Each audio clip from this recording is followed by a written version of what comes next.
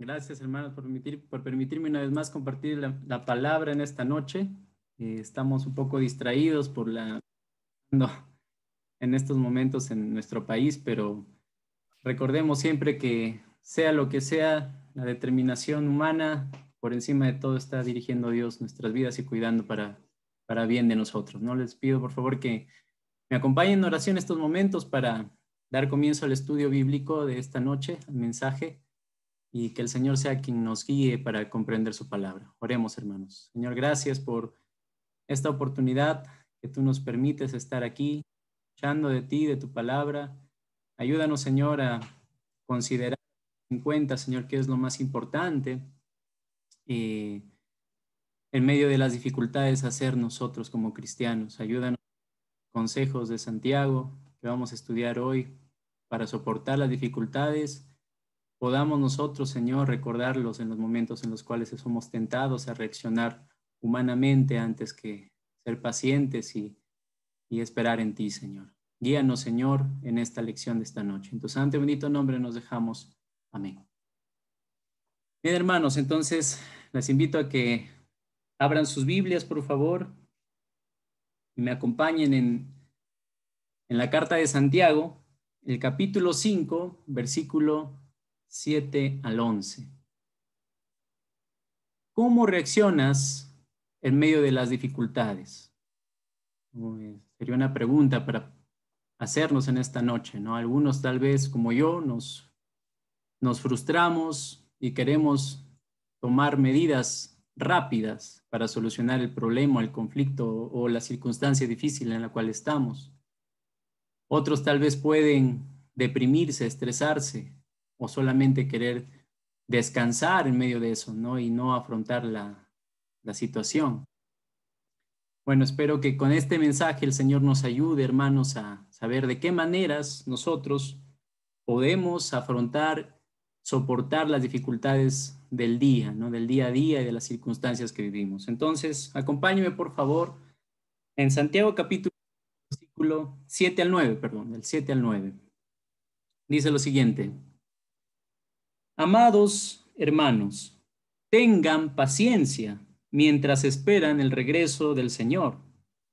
Piensen en los agricultores que con paciencia esperan las lluvias en el otoño y la primavera. Con ansias esperan a que maduren los preciosos cultivos. Ustedes también deben ser pacientes. Anímense, porque la venida del Señor está cerca. Hermanos, no se quejen unos de otros, o serán juzgados. Pues miren, el juez ya está a la puerta. Es evidente, hermanos, entonces que este versículo se trata de lo más difícil, diría yo, humanamente practicar en las circunstancias difíciles, en las pruebas, en las situaciones más duras que podamos enfrentar humanamente, ¿no? Y es la paciencia. Si notamos cuántas veces se repite paciencia en estos versículos, se repiten bastantes veces. Y esto es lo que va a hablar Santiago, la paciencia para soportar las dificultades en las cuales nosotros nos podemos estar, ¿no? Hay dos palabras, hermanos, que se traducen como paciencia en la Biblia. Está la palabra pumeno, que es la paciencia que se tiene para soportar circunstancias de la vida duras, difíciles. Está la palabra macrotimeo, que es la paciencia que se tiene hacia las personas. Santiago en esta parte va a hablar de la segunda, de la paciencia hacia las personas. Y cuando nos preguntamos qué es lo que estaba pasando en la iglesia de ese tiempo a la cual Santiago está escribiendo, sabemos que Santiago está escribiendo a creyentes judíos esparcidos en todo el Imperio Romano, ¿no? Por causa de, bueno, circunstancias políticas que estaban viviendo y algunas persecuciones que estaban también pasando los creyentes. Pero ¿qué estaba pasando para que Santiago les diga que deben ser pacientes? Si ustedes miran el versículo 1 al 6, se pueden dar cuenta de qué estaban sufriendo los creyentes de ese tiempo. Y era pues las opresiones, las dificultades, las injusticias por parte de las clases sociales más ricas contra ellos, ¿no? Ellos al parecer se estaban ya viendo tentados a dejar el cristianismo y volverse en solamente materialistas. Por eso que Santiago más de una vez les va a decir, tengan cuidado con los planes de enriquecerse que están haciendo ustedes, ¿no? Se estaba cansando la iglesia de soportar ya más las dificultades. Pero ¿qué más podrían haber hecho ellos para esa opresión por parte de los ricos?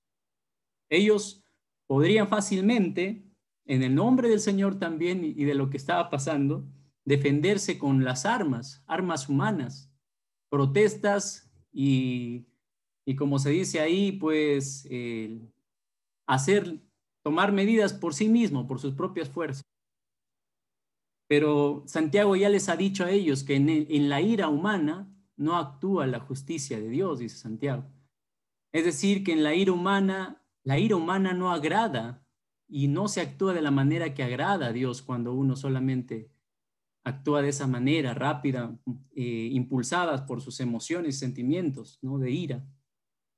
Finalmente, Santiago aquí les exhorta y les dice más bien que ellos deberían soportar las dificultades con paciencia. Ese es el consejo que les da Santiago a los hermanos de ese tiempo.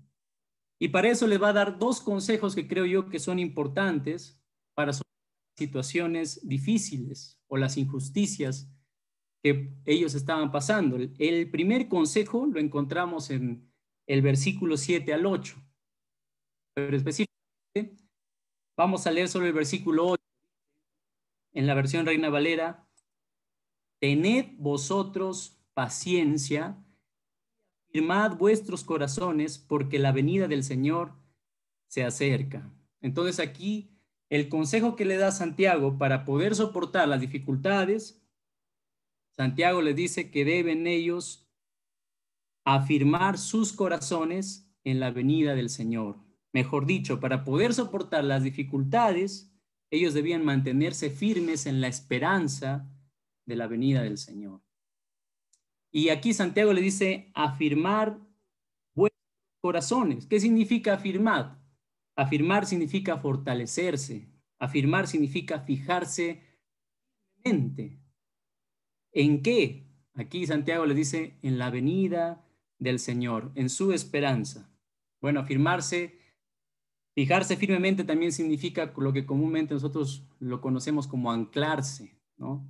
Entonces aquí Santiago les dice que ellos deberían fortalecerse, fijarse o anclarse en la venida del Señor, porque la venida del Señor, dice Santiago, está cerca. Y yo me pregunto, hermanos, si eso dijo Santiago hace más de 2000 años, que la venida del Señor está cerca o se está acercando cada vez más, ¿cuánto más cerca debe estar esa venida en estos tiempos? Yo sé que en estos días estamos metidos en la coyuntura política, ¿no? Hoy muchos políticos están prometiéndonos muchas cosas y de esa manera pues quieren ellos esperanzarnos por su supuesta credibilidad, pero nosotros, hermanos, sabemos que son promesas de seres humanos, imperfectos. Por eso no debemos esperanzarnos en simples seres humanos. Más bien deberíamos esperanzarnos como creyentes en Dios, en Cristo y en su venida. En lugar de ello, los creyentes nos deberíamos esperanzar y, según Santiago, anclar firmemente en Cristo y su promesa. ¿Y por qué deberíamos confiar por encima de todo en Cristo? ¿Por qué deberíamos confiar en la promesa que Él nos da en su palabra de venir otra vez? Porque, hermanos, Jesús antes ya nos había prometido venir la primera vez, nacer en un pesebre, y se cumplió. Jesús también había prometido morir en una cruz por amor a nosotros, y así lo hizo. Jesús también había dicho a sus discípulos en 3 ocasiones que Él iba a resucitar al tercer día, y así lo hizo. ¿Y qué más prometió Jesús? Que iba a venir otra vez. Y les pregunto, hermanos, ¿acaso no lo va a hacer? ¿Acaso Jesús no va a venir? Si todo lo que Él ya nos ha prometido ya lo ha hecho, ¿acaso no hará esto de su segunda venida? Y yo quiero preguntarles, hermanos, esta esperanza que Santiago les pide a los hermanos aquí que se mantengan firmes, anclados en esa esperanza de la segunda venida, ¿es tu esperanza también? En medio del dolor, en la dificultad que estás viviendo, ¿te aferras a esta esperanza? Podría decir que, hermanos, nosotros como humanos que somos, a veces caemos en una depresión, en un pesimismo depresivo, o a veces caemos en medio de la dificultad en un pánico neurótico, o a veces también nos volvemos incrédulos, caemos en una desesperanza incrédula. Yo quisiera que en este momento te analices cómo estás afrontando las situaciones difíciles en tu vida y veas la razón por la cual no ha estado presente esta esperanza de Cristo en ti. Podemos caer en eso, hermanos, cuando solamente pues nos sumergimos en las cosas terrenales, ¿no? Cuando ya tal vez no hemos abrazado, no hemos abrigado esta esperanza en nuestros corazones de la segunda venida del Señor.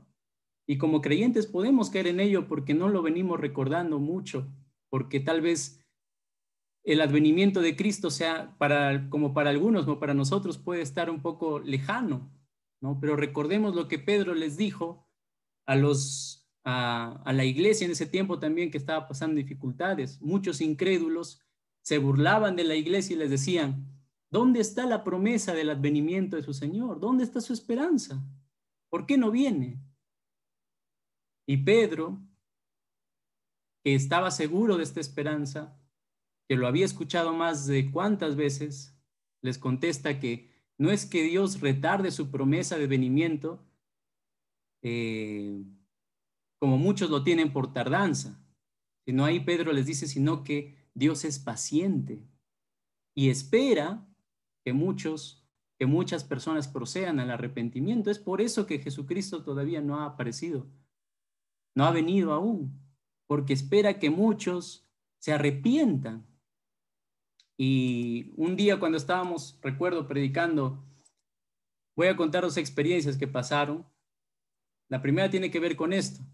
Estábamos hablando el evangelio a una persona y decía: ¿por qué Dios permite las injusticias en esta tierra? ¿Por qué Dios no hace algo con ello? ¿Por qué Dios todavía no ha venido? Ustedes que tanto predican de que va a venir Jesús, ¿por qué no ha venido aún? ¿Por qué hay tantas injusticias? Entonces eres un mentiroso, decía esa persona. Y yo le decía: Jesús no ha venido por usted, querido amigo.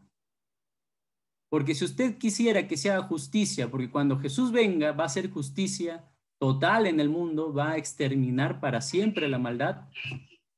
Si usted hace ello, usted está deseando eso, está pidiendo ser exterminado también usted, porque la maldad está dentro de usted y usted sigue sin creer en Jesús. Entonces, Dios no viene por amor a usted, por amor a que usted se arrepienta. Esa es la razón. Porque cuando Él venga, todas estas cosas habrán terminado para siempre, incluso la maldad humana. Esa es la razón por la cual Jesús todavía no ha venido. Y esa es la razón, hermanos, amigos que nos escuchan en esta oportunidad, por la cual todavía Jesús no ha venido a esta tierra, no ha venido a llevar a su iglesia, porque espera que todos y cada uno de nosotros nos arrepintamos y estemos a cuentas con Dios. ¿Estás a cuentas con Dios? ¿Esperas la venida del Señor? Entonces, hermanos, como creyentes que somos, deberíamos afrontar las circunstancias difíciles, afirmando, teniendo viva esta esperanza de la venida de Cristo en nuestros corazones, ¿no? Pero evaluémonos, ¿no? Evaluémonos cómo hemos estado afrontando las situaciones difíciles de la vida y veamos por qué no ha estado presente esta esperanza en nosotros. Tal vez es el tiempo, hermanos, de que volvamos a la Biblia. Tal vez es el tiempo de orar y pedir al Señor que nos llene de su espíritu. ¿Saben por qué, hermanos? ¿Por qué es que a veces nos hemos desanimado, no hemos tenido esta esperanza en nuestros corazones? Porque no hemos sido llenos del Espíritu Santo. Porque no hemos pasado tiempo con el Señor. porque no hemos pasado tiempo leyendo la Biblia, porque no hemos pasado tiempo orando y pidiendo al Señor que nos ayude en medio de la dificultad a tener presente su venida. Por eso es que, quién sabe, nosotros no hemos actuado de la manera correcta según nuestra esperanza y nos hemos desesperanzado. Y bueno, pues esa es la razón por la cual a veces nosotros hemos caído en una desesperación, como si no tuviésemos esperanza, porque no nos hemos llenado del Espíritu. ¿Saben por qué? En la Biblia Jesús dijo que Él iba a mandar a su Espíritu Santo a nosotros, a consolarnos. ¿Y cuál era el ministerio del Espíritu Santo? Dice, y el Espíritu les hará recordar todas las cosas que yo les he enseñado. O sea, el propósito del Espíritu Santo es hacernos recordar todas las palabras de Cristo, es hacernos recordar todas las promesas de Jesús para nosotros, aún en medio de las dificultades, consolarnos. El Espíritu Santo nos lleva a abrigar siempre, a afirmarnos fuerte en nuestra esperanza, ¿no? Pero ¿por qué es que eso no está a veces en nosotros? Porque la única respuesta es porque no nos hemos llenado del Espíritu Santo. Y en Efesios, el apóstol Pablo dice, sed llenos del Espíritu Santo. Y para ser llenos del Espíritu Santo, tenemos que leer la Biblia. Para ser llenos del Espíritu Santo, tenemos que orar. Tenemos que estar en comunión con el Señor. Si no estamos haciendo eso, cualquier prueba, cualquier dificultad nos va a derrumbar. Cualquier prueba, cualquier dificultad nos va a hacer perder nuestra esperanza. Entonces aquí Santiago dice que tengamos en cuenta esto en nuestras vidas. Tened también vosotros paciencia, afirmad vuestros corazones, porque la venida del Señor está cerca. Los creyentes del primer siglo, hermanos, cuando se despedían, ellos siempre se despedían con esta palabra. Ellos decían, Maranata, que significa Cristo viene. Y se animaban de esa manera. Sabían que iban a pasar dificultades despidiéndose de esa reunión, que no se iban a volver a ver, que iban a pasar tribulaciones, persecuciones, pruebas. Y los creyentes se despedían diciendo, Maranata, hermano, Cristo viene. Esa esperanza les daba fuerzas para enfrentar cualquier dificultad, saber que Cristo viene. Si tu esperanza, hermano, está en la vacuna, si tu esperanza está en un nuevo presidente, esa no es lo que al final nos debe llenar de esperanza, porque eso nos va a defraudar. Pero Cristo y su promesa nunca te va a fallar. Él siempre va a estar con nosotros, aún con los peores presidentes o aún en las circunstancias más duras de nuestras vidas. Y debemos tener en cuenta eso. Entonces, el primer consejo que da Santiago para soportar las dificultades es que debemos afirmarnos en esta esperanza de la segunda venida del Señor. Y solamente a manera de comentario, ¿no? Una vez un hermano me llamó la atención, era un hermano que era de otra iglesia. Yo recuerdo que me levanté en una combi y prediqué. Y el hermano se levantó y dijo, me parece que ha sido un buen mensaje, hermano. De verdad, me ha animado bastante. Pero quiero decirle que usted está mal, hermano, porque no ha hablado nada de la segunda venida del Señor. Eso también es necesario que sepan las personas, que Cristo viene y que deben seguir adelante en la fe y soportar las pruebas, las dificultades también. Esa esperanza tiene que estar en nosotros. Y me llamó la atención el hermano y a veces hago mea culpa, ¿no? Porque como cristianos a veces hemos hablado mucho, mucho del Señor, pero nos hemos olvidado de dar este mensaje, de que Cristo viene pronto y debemos más bien esperanzarnos en que cuando Él venga, Él nos va a traer un reino de paz y felicidad a cada uno de nosotros. Entonces es el consejo que Santiago nos da, que para soportar las dificultades debemos tener firme esta esperanza en nuestras vidas. Y el segundo consejo que Santiago nos da, hermanos, lo encontramos en el versículo 9, que para soportar las dificultades no debemos quejarnos. Eso es lo que Santiago nos dice en el versículo 9.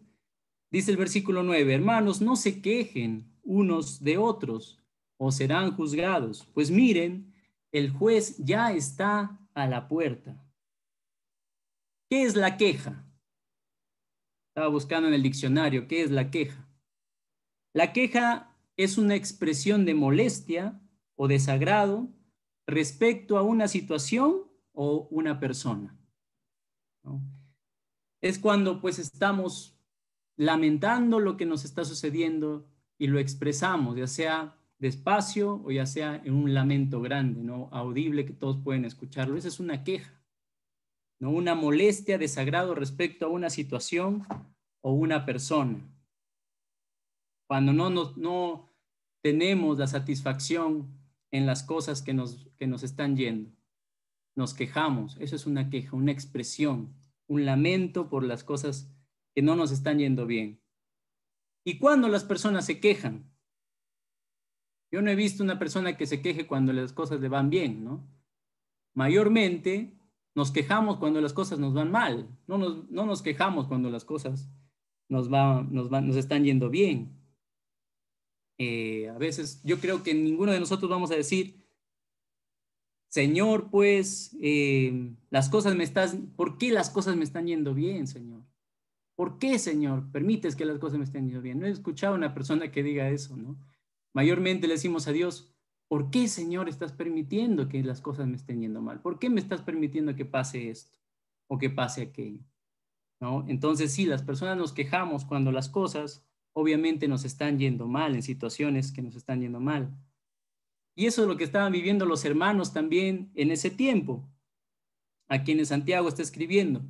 Por causa de las pruebas, de las dificultades que estaban viviendo algunos cristianos, se estaban volviendo quejones y criticones unos contra otros. Es así que las víctimas comienzan pues a quejarse o comienzan a ver las fallas en los otros y empiezan a criticarlas. Eso es lo que estaba pasando con la iglesia en ese tiempo. Y así somos todos los seres humanos, hermanos. ¿Quién no se ha quejado cuando las cosas a veces no salen como, como lo esperan, ¿no? Un ejemplo es Adán. No sé si ustedes han visto en el Génesis lo que pasó, han leído todo esto. Cuando las cosas le estaban yendo bien a Adán, todo era un paraíso, ¿no? Él era capaz de decir a Dios, gracias Dios por darme lo que más necesitaba, es decir, por darme a Eva. Este es hueso de mis huesos y carne de mi carne. Cuando las cosas están bien, se convertía en un poeta, ¿no? Pero ¿qué pasó cuando las cosas le fueron mal? Él se quejó y le dijo, echándole la culpa a Dios, la mujer que tú me diste, esa es la que me ha traído toda esta desgracia. ¿Se dan cuenta cómo reaccionamos cuando las cosas nos van mal? Creo que este es un claro ejemplo de nosotros mismos, ¿no? Y esa es la razón, hermanos, por lo cual la queja es tan mala y a Dios no le gusta. Porque comenzamos a ver las bendiciones como maldiciones. Convertimos la bendición de Dios en una maldición en nuestras vidas. Eso nos hace recordar a veces y pensar lo difícil o negativa de la situación en la cual estamos viviendo y nos hace olvidar lo bueno y lo bendecidos que ya somos gracias a Dios y gracias a las personas que tenemos al lado, ¿no? Entonces, ¿qué debemos hacer en lugar de quejarnos? ¿Cuál es la solución para la queja? El mejor remedio para la queja, hermanos, es la gratitud, estar agradecidos. Quiero hacerles un ejemplo de cómo podemos aplicar esto de, en lugar de quejarnos, ser agradecidos. Resulta que habían dos familias, una familia que era productora de trigo y otra familia que era productora de tomates.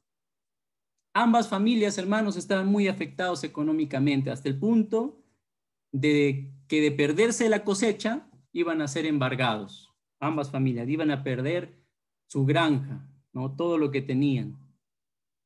Y encima, para colmo, ambas familias tenían a la esposa en silla de ruedas y esperando así que a través de esa cosecha tengan lo suficiente como para la operación de la esposa. y que salga de ese cuadro crítico en la cual se encontraba. Ambas familias eran muy creyentes en el Señor y ambas familias se ponen a orar. Ya, la familia de los tomates pues ya tenía los tomates grandes, a punto ya de ser cosechados, solamente esperaban que se maduren un poquito más y ya iban a cosechar. Pero la otra familia esperaba que llueva porque tenía una cosecha de trigo. Entonces una familia ora porque llueva y otra familia ora porque no llueva, porque si llueve se pierde sus cosechas. Entonces aquí, en ese sentido, ¿a quién de nosotros les gustaría ser Dios? Ambas familias, los dos son buenos creyentes, fieles al Señor. ¿Y ahora quién va a contestar el Señor? Bueno, ambas familias se ponen a orar en la cama de la madre con sus hijos. Ahí oran: Señor, permite por favor que llueva, porque de esa manera vamos a salirnos de esta crisis que nos encontramos y vamos a pagar la operación para mamá. Y la otra familia: Señor, por favor que no llueva, porque de lo contrario vamos a perder las cosechas, nos van a quitar nuestra granja y encima, pues mamá va a seguir ahí postrada en la silla de ruedas. Entonces termina la oración en el nombre de Jesús. Amén. A eso de las 12 de la noche están esperando qué pasa y comienza a caer una gotita en el techo. Y se sorprenden ambos. Uno dice, por favor, que no llueva. El otro dice, Señor, por favor, que empiece a llover. Y comienza a caer lluvia fuerte, fuerte, como una lluvia muy, muy, muy fuerte. Comienza a llover en las cosechas de ambos. Entonces, ¿qué iban a hacer después? Al día siguiente, la familia, pues, que pidió que no lloviese, estaba todos desanimados ahí en la hora del desayuno. Todos estaban muy tristes hasta que el padre comienza a orar y le dice: Señor, tú has permitido que pasen estas cosas. No sabemos qué va a venir, pero estamos confiados en que tú, Señor, tienes el control de nuestra situación. Y a pesar de eso, nosotros, Señor, no te vamos a dejar, vamos a seguir fieles a ti y vamos a estar contigo siempre. Gracias, Señor. En el nombre de Jesús. Amén. Y eso es un ejemplo, hermanos, de la gratitud, ¿no? Cómo nosotros reaccionamos frente a las dificultades. Fácilmente esa familia se hubiera quejado y hubiera dicho: Señor, ¿cuánto te hemos servido y que tú no nos escuches? Que lo perdamos todo. ¿Por qué, Señor? Pero esta familia agradeció y se mantuvo fiel al Señor a pesar de eso. Y después de mucho tiempo, nuevamente se reúne toda la familia y le dicen, el padre les dice: hijos, ¿recuerdan cuando oramos al Señor? Y cómo el Señor nos sacó, pensamos que iba a ser todo lo peor para nosotros, pero cómo Dios nos sacó de eso y nos dio el sustento, y por lo menos estamos juntos aquí, todos juntos con su madre. Y bueno, ni hablar, la otra familia seguía reuniendo y seguía agradeciendo a Dios porque sí, Dios les contestó en el momento en que ellos oraron. Y esa es la razón, hermanos, por lo cual nosotros, Santiago nos dice: no se quejen. A veces nosotros nos quejamos, nos convertimos en amargados, comenzamos a acusarnos los unos a los otros, nos insultamos y de esa manera pues estamos fallando al Señor. Más bien lo que deberíamos hacer es, en lugar de quejarnos y murmurar, deberíamos agradecer al Señor por la situación en la que nos encontramos, que por lo menos podemos estar juntos y ver lo bueno de todo ello, ¿no? Ver las cosas buenas que estamos pasando como un motivo para unirnos más. Santiago le recuerda a no quejarse por la simple y sencilla razón, dice Santiago, que el juez está a la puerta. Es decir, que esas quejas tan tal vez silenciosas que hacemos los unos con los otros, hay alguien que las escucha, ¿no? Hay alguien que está cerquita y está atento a lo que nosotros decimos. Y un día, pues, hermanos, nos presentaremos delante de Dios y Dios va a pedirnos cuentas. Y dijo Jesús que lo que se haya dicho en privado serán gritadas en las azoteas. Que el Señor, hermanos, nos ayude a proceder de la mejor manera en medio de las circunstancias difíciles, ¿no? ¿Cómo estás procediendo en las dificultades? ¿Cómo está tu relación con los demás? Sería cosas para que nosotros nos preguntemos. Entonces, el consejo que Santiago nos da aquí, hermanos, es a no quejarnos, ¿no? A recordar que Cristo viene y pronto, pues, dará cuentas de todas nuestras vidas. Entonces, hermanos, esos son los dos consejos que Santiago nos está dejando hoy para nosotros en estas circunstancias difíciles, ¿no? Yo sé que todos no estamos viviendo las mismas cosas por igual. Yo sé que algunos pueden estar pasando una circunstancia favorable en estos momentos. Quién sabe, no les está afectando mucho las circunstancias que vivimos hoy. Yo sé, pero hay otros que tal vez sí están pasando la situación muy crítica. Que estos consejos que Santiago nos da, hermanos, lo pongamos en práctica. En primer lugar, recordar que la venida del Señor está cerca y mantener firme nuestros corazones en esa esperanza. Y lo segundo, hermanos, que Santiago nos anima es a no quejarnos, ¿no? Y más bien a tener un corazón agradecido a Dios, que a pesar de todo eso, podemos estar bien, podemos estar juntos. Tal vez no lo vemos con los ojos de Dios, a veces la circunstancia, pero según los ojos de Dios, Dios está haciendo maravillas en nuestras vidas. Dice que la prueba produce paciencia. La paciencia produce un carácter maduro en el cristiano, ¿no? Y el carácter produce esperanza. Entonces, hermanos, eso es lo que Dios está produciendo en nosotros. Que después de estas circunstancias difíciles, hermanos, podamos reunirnos un día, aún con las cosas que Dios lo permitió, favorables o desfavorables, y decir, Señor, gracias. Gracias porque estamos todavía contigo, porque aún tenemos a la familia al lado, ¿no? Porque estamos juntos, porque tú nos ayudaste a conocerte más y a madurar más en estas dificultades. Espero que cuando nos volvamos a ver en la iglesia tengamos mucho por qué agradecer al Señor, porque sé que ahorita tal vez no hay puede haber quejas, puede haber algún choque, alguna confrontación con el Señor por las dificultades que vivimos, pero espero en el Señor que algún día nos reunamos y podamos contar todas las cosas grandes y maravillosas que Dios ha venido haciendo en nuestras vidas.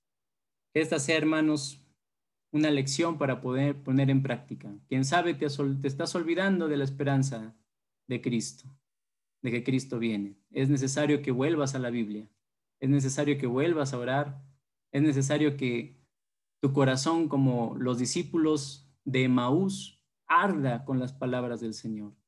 Que te olvides de lo que estás viviendo porque sabes que Cristo está contigo y aferrarte al Señor.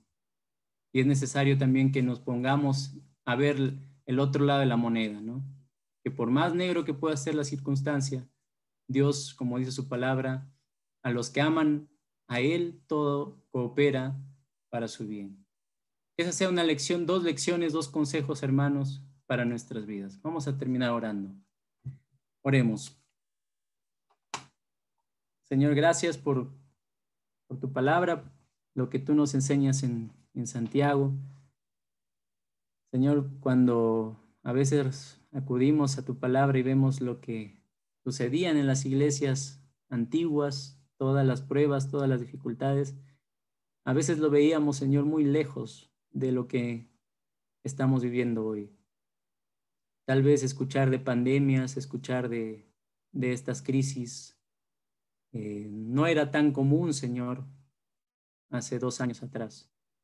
Pero gracias, Dios, que nos has enseñado que podemos pasar por algo así. Que nosotros, Señor, somos igual de vulnerables que los que estaban en la audiencia antigua bíblica, pero que aún en medio de ellos, Señor, podemos hacer viva nuestra fe en medio de las circunstancias difíciles, Señor. Perdónanos, Padre, si en esas circunstancias nosotros nos hemos olvidado de nuestra esperanza y hemos vivido en desesperación, en pánico, Señor. Hemos vivido tal vez en depresión, en angustia, afligidos. Perdónanos por ello si en esas circunstancias nos hemos quejado, Señor, de ti y hemos empezado a quejarnos de los demás que tenemos al lado, Señor. En lugar de agradecerte por todo lo bendecidos que somos al tener las cosas que ya nos has dado y al tener a los demás que podemos ver en casa con nosotros, Señor. Líbranos de vivir en amargura, en enojo, insultándonos incluso los unos a los otros por las dificultades que estamos viviendo. Que un día, Señor, podamos volvernos a encontrar en la iglesia todos reunidos y podamos estar ese domingo, no sé qué día, Señor, con muchos motivos de darte gracias, Señor. Más de tal vez olvidar las quejas, Señor, y las cosas que podamos haber dicho que a ti no te agradan. Tú estás a la puerta, Señor, el juez está a la puerta y un día vamos a estar contigo juntos también. Esa es nuestra esperanza, Señor. En tu santo y bendito nombre, gracias. Amén.